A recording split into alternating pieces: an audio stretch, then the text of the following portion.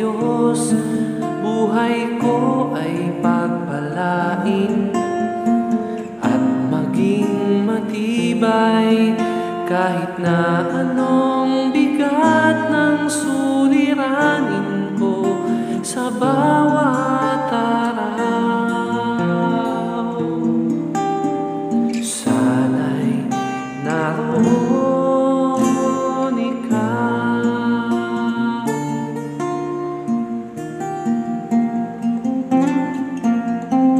Ang lahat ng kalayawan ko, dalangin kong lahat sa'yo. Kung ito'y walang katuparan, marahil di iyong kalooban. Panalangin ko sa Diyos, buhay ko ay pagpalain at maging matibay kahit na anong bigat ng suliranin ko sa bawat araw. Sana'y naroon ikaw. Bakit kung kailan ang puso ay nasasaktan, doon lamang kita tinatawagan? Ngunit kung ang buhay ay payapat kay sigla, para bang nalilimutan ka? Panalangin ko sa Diyos, buhay ko ay pagpalain at maging matibay kahit na anong bigat ng suliranin ko sa bawat araw. Sana'y naroon ikaw. Sana'y naroon ikaw.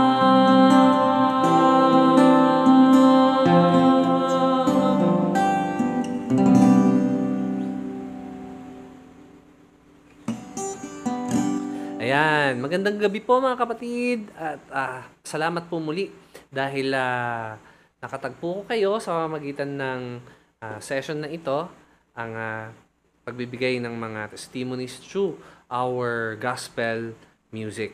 At ako po pala ulit si Pastor Ruther Baclig ng Higher Ground Methodist Church at ako din po ang lead pastor ng Empower Ministries ng Bataan South District, which is in charge sa mga campus ministries po natin. Kagaya po ng unang awitin ay panalangin ko.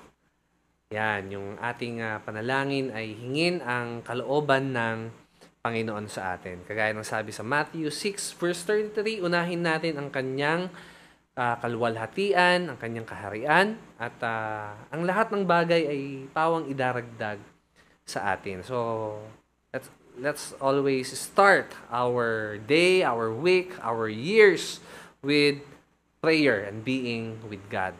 Hindi po siya isang emergency help lamang, kundi isang primary source ng ating buhay.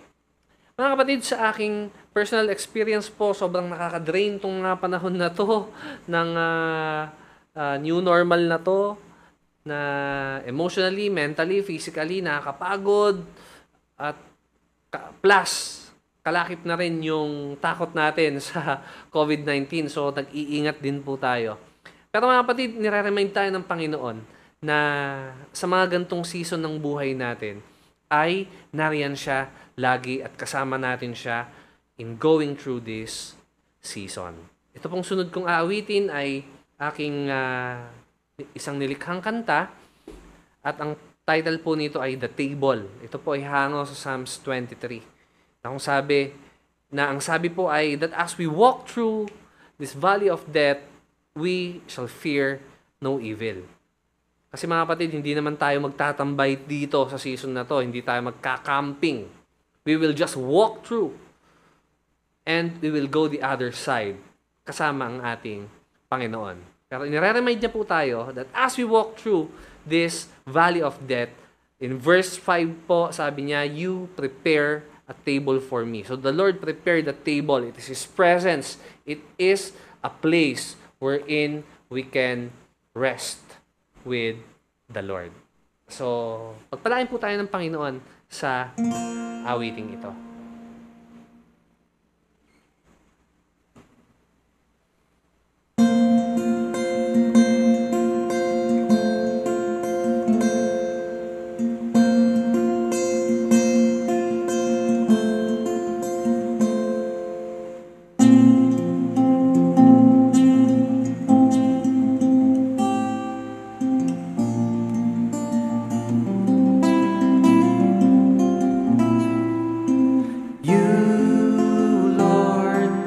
You're my good shepherd.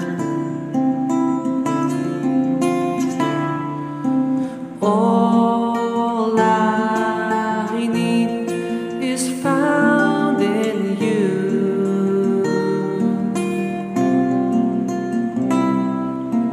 Endless grace, mercy I encounter. My cup you fill until it overflows.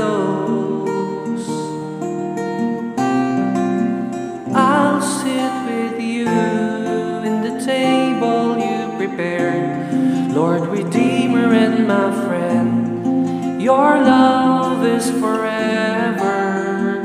Your presence, Lord, is the perfect place of peace. Midst of enemies, you're here right beside me.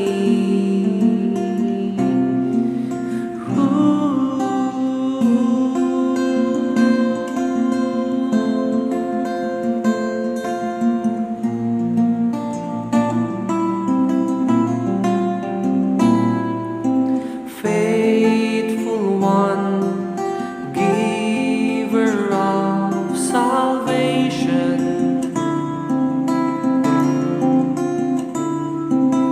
mighty one, ender of defeat,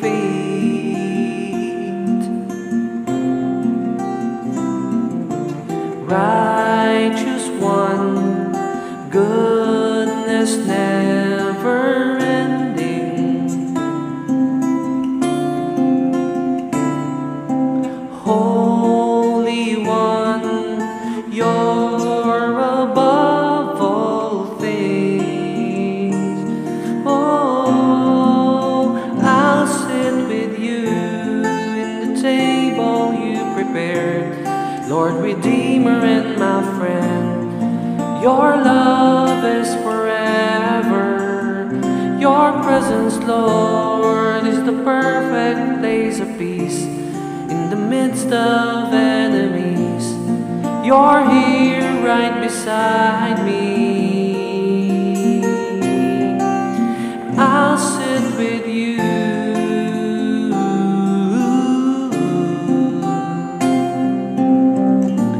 Your love is forever. Your presence, Lord, is the perfect place of peace. In the midst of enemies, you're here right beside me.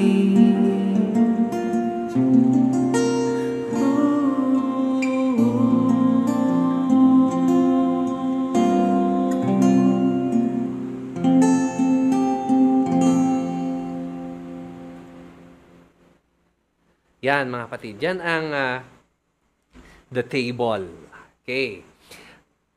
Sadya po na hindi lang pandemic ngayon ang pumuputok, kundi yung mga issue about politics. At alam ko, nababahala din po kayo Lalo na yung sa mga issue about dun sa white sand sa Manila Bay, yung anomalya sa PhilHealth, yung mga ayudang hindi na ibibigay, at yung mga kung ano-ano pa na about sa politika. At mga kapatid, ito po minsan ang nagdudulot sa atin ng pagkakabahabahagi, ng pagtatanim ng galit sa kapwa, at maaring yung pag-ibig na itinuro sa atin ng Panginoon ay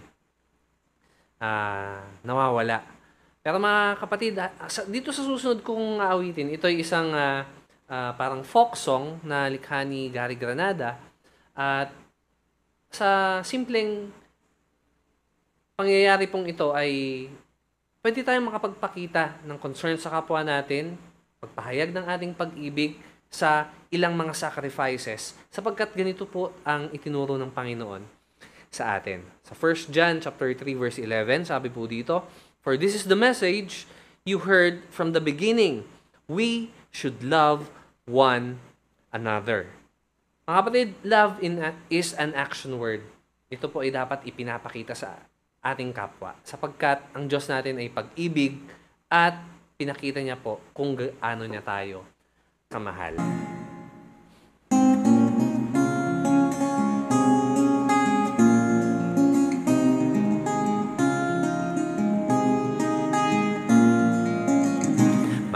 Maari bang umusog-usog ng konti?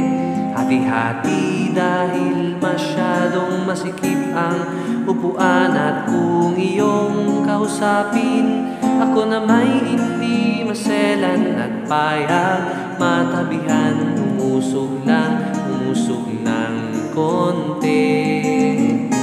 Maari bang umusog-usog ng konti? Madadaan sa usapan ang maaring pag-awayan. Sakali mang mayroon kang napapansin, sabihin lang at makatwiran. Ako'y usog din kahit konti. Hindi naman buong-buo ang hinihiling ko sa iyo, ngunit kahit kapiraso maaring magkasundo tayo. Iba't iba ang katwiran ng tao sa lipunan, ngunit ang kailangan lang tayo ay huwag magtulakan. O kay raming suliranin, oras-oras dumarating, dahil di kayang lutasin, hindi na rin pinapansin.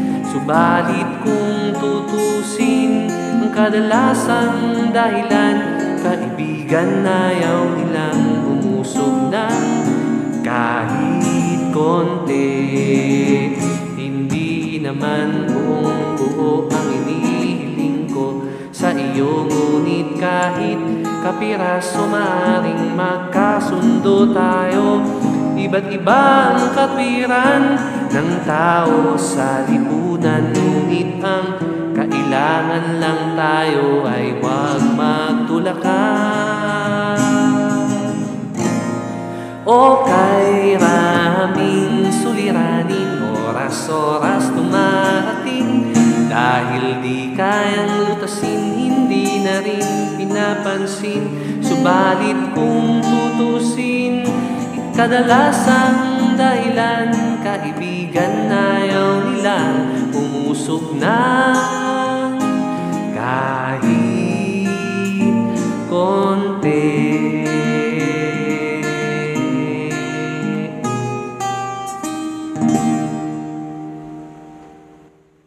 Yan, kahit konti by Gary Granada. Since 5 years old yata, napapakinggan ko na to, pinapatugtog ni Papa lagi. Yung pala ang kahulugan nito, ang magsakripisyo para sa ating kapwa. Communicate para magkaintindihan. At dahil nung bata pa po ay napakinggan ko na to, ang susunod ko pong aawitin ay isang kanta rin na nakapag-inspire sa akin. Actually, nung kay Ate Carol po, kabilangan, sa mga pambatang papuri, saka sa Yagit ng Lahi, ay iniintay ko na kantahin tong kanta na to kasi favorite ko to. at gustong-gusto ko yung message ng kanta na ito. Pero nung time na kinanta po ito ay nagkasakit ako kaya hindi ako nakapagsimba. Kaya hayaan nyo na mag-flashback ako ngayon at awitin ko itong isang awit na nagpapakita ng pagtingin natin, pag-alala, at pag-focus natin sa ating Panginoong Jesus.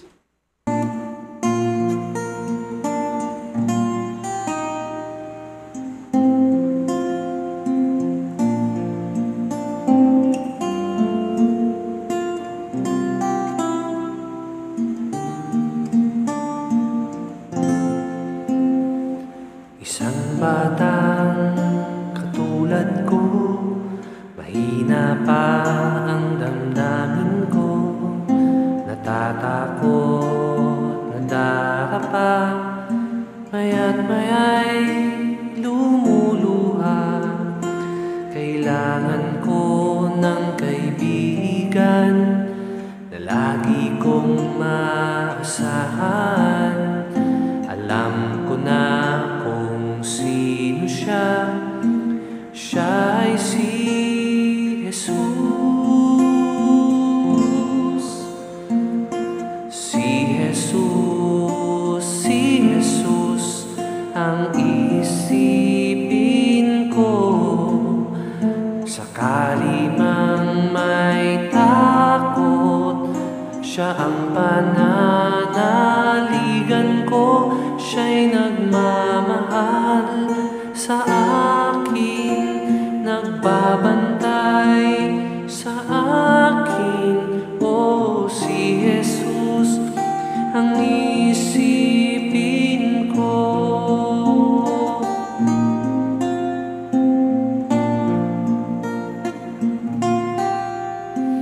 Sa buhay mo'y dumarating paghihirap at suliranin, pagdaramdam, pangangamba, pangarap mo'y naglaho na. Katulad ko ang kailangan mo, nadaramay sa kalungkutan mo. Alam mo ba kung sino siya? Siya ay si Jesus. Si Jesus, si Jesus ang isipin ko. Sakali mang may takot, siya ang pananaligan ko. Siya'y nagmamahal sa akin, nagbabantay sa akin. Oh, si Jesus ang isipin ko.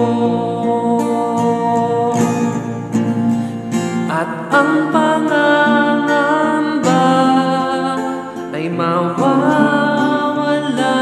na. Si Jesus, si Jesus ang iisipin ko. Sakali mang may takot, siya ang pananaligan ko. Siya'y nagmamahal sa akin, nagbabantay sa akin. Oh, si Jesus, si Jesus, oh, si Jesus ang isipin ko.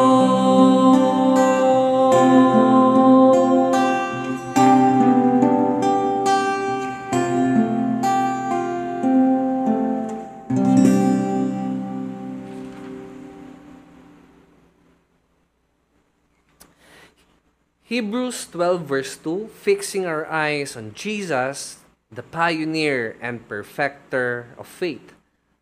For the joy set before him, he endured the cross, scorning its shame, sat down at the right hand of the throne of God. Mga kapatid, ang panawagan ng kanta, kahit na ito ay pambata pa lang, ay ma-focus po ang ating mata sa nag-start ng ating pananampalataya dahil siya rin ang magtatapos nito. At alam natin na magiging victorious po tayo kung ang paningin natin ay na kay Jesus. Mga kapatid, 1 month ago may tumawag sa aking mag-asawang pastor at kinumusta nila ako. Sana all. Well, talagang napakasaya na may nangumusta sa'yo, di ba? Kaya mga kapatid kayo, kumusta kayo dyan? Kumusta kayo? Sana masaya po kayo ngayon, okay kayo, at malusog, malakas, kasamang pamilya. So, kinumusta po nila ako. At sabi nila, Pastor, kumusta ministry mo? Kumusta yung paglilingkod mo? Sabi ko, ay boom, puyat. Bakit boom puyat? Kasi nagpe-prepare ka ng mga sermons, nagpe-prepare ka para sa pananambahan nyo, at alam ko na hindi lang mga teachers, mga frontliners ang puyat, pati mga manggagawa ay puyat. At saludo po ang mga miyembro natin sa atin sapagkat tayo mga kapatid ay nag-a-adjust. At alam niyo po, hindi mapipigil ng pandemyang ito yung ating passion para magpahayag ng salita ng Diyos. Ang sabi ko po dun sa mag-asawa, akala ni Satan ay patuloy niyang masya-shutdown ng church. Pero ang hindi niya alam, church building lang ang na-shutdown niya. Dahil ang totoong church ay tayo. At tayo po yung nakakapaglingkod pa rin, nakaka-reach out pa rin. Nananatiling tapat ang Panginoon. Anniversary po nila eh. Sabi nila, Pastor, can you give words of encouragement, declaration para sa aming church? At nangusap sa akin ng Holy Spirit, sa halip na magbigay ka ng words of encouragement, ay gumawa ka ng isang kanta na makakapag-encourage sa kanila at magde-declare sa kanila. Mga kapatid, sa aking huling aawitin, kung ano yung naging declaration ko para dun sa church na yon, this is also my declaration for your church. This is my declaration kung may iba pang mga churches or body of Christ na nanonood dito, this song is for you. I declare this in your life and I declare this in your church na ang Panginoon ang siyang mananatiling tapat at nananatiling tapat sa ating mga buhay. Ito po ay nilikha ko at sabi nga, you cannot give what you do not have. So binigyan ako ng Panginoon ng lyrics, binigyan ako ng Panginoon ng tono ng kanta. That's why I want to share it with you and I want you to receive it by faith na ang Diyos ay mananatiling tapat sa atin.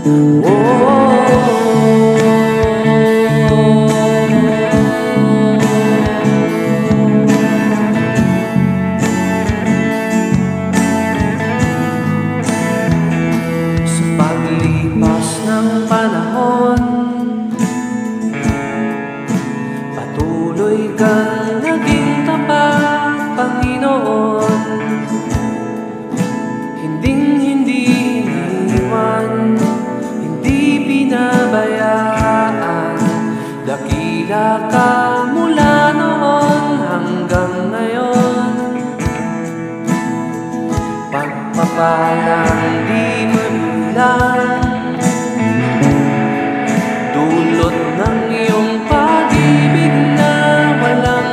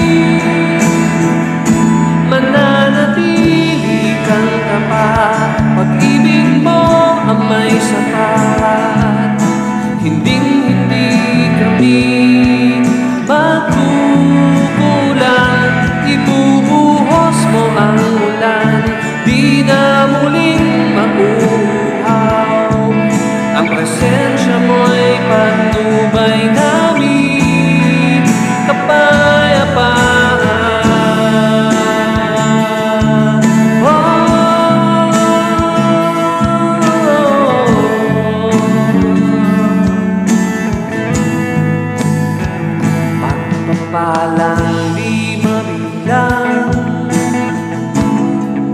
dulot ng iyong pag-ibig na walang hanggan. Hayaan mong purihin, hayaan dakilain, sa aming pagpupuri ay itataas ka namin.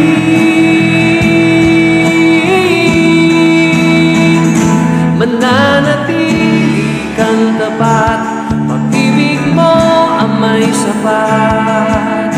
Hinding-hindi kami magkukulang, ibubuhos mo ang ulan, di na muling maguhaw. Ang presensya mo'y patnubay namin, kapayapaan,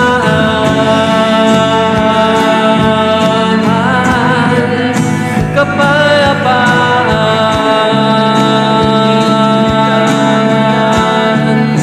kapayapaan.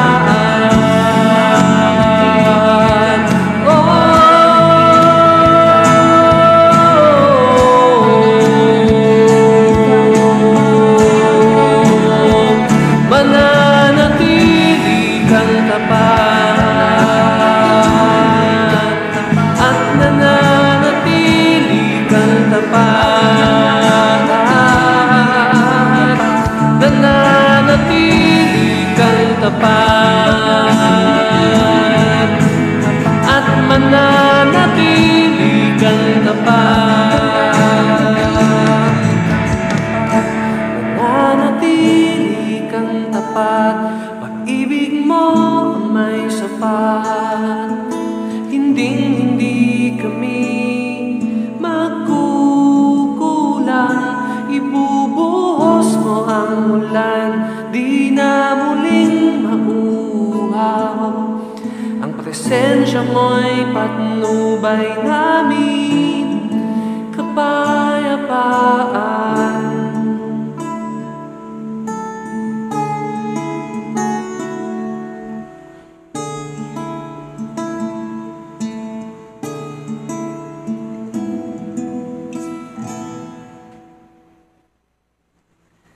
Mga kapatid, sa atin pong pagtatapos ay hayaan nyo na ako po ay manalangin para sa inyo at tanggapin po natin yung pagpapala ng ating Panginoon. O Diyos, Ikaw ang bukal ng buhay, ng pag-asa. Panginoon, sa pamamagitan po ng mga awiting ito, nakaka-relate kami, Panginoon, sa mga lyrics, ang mensahe ng kanta. Panginoon, tunay nga na nangungusap ka sa pamamagitan ng mga awiting ito.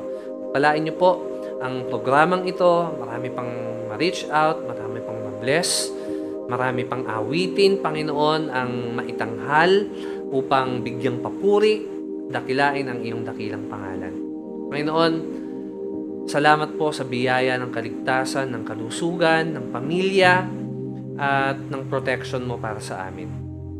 Tinatanggap po namin ang iyong pag-ibig, ang iyong pagkalinga na siyang sumaamin mula kayon at magpakailanpaman. Amen. Amen. Mga kapatid, hanggang sa muli po, salamat pong muli sa inyong lahat sa pag-tune in sa ating Gospel Music Reflections.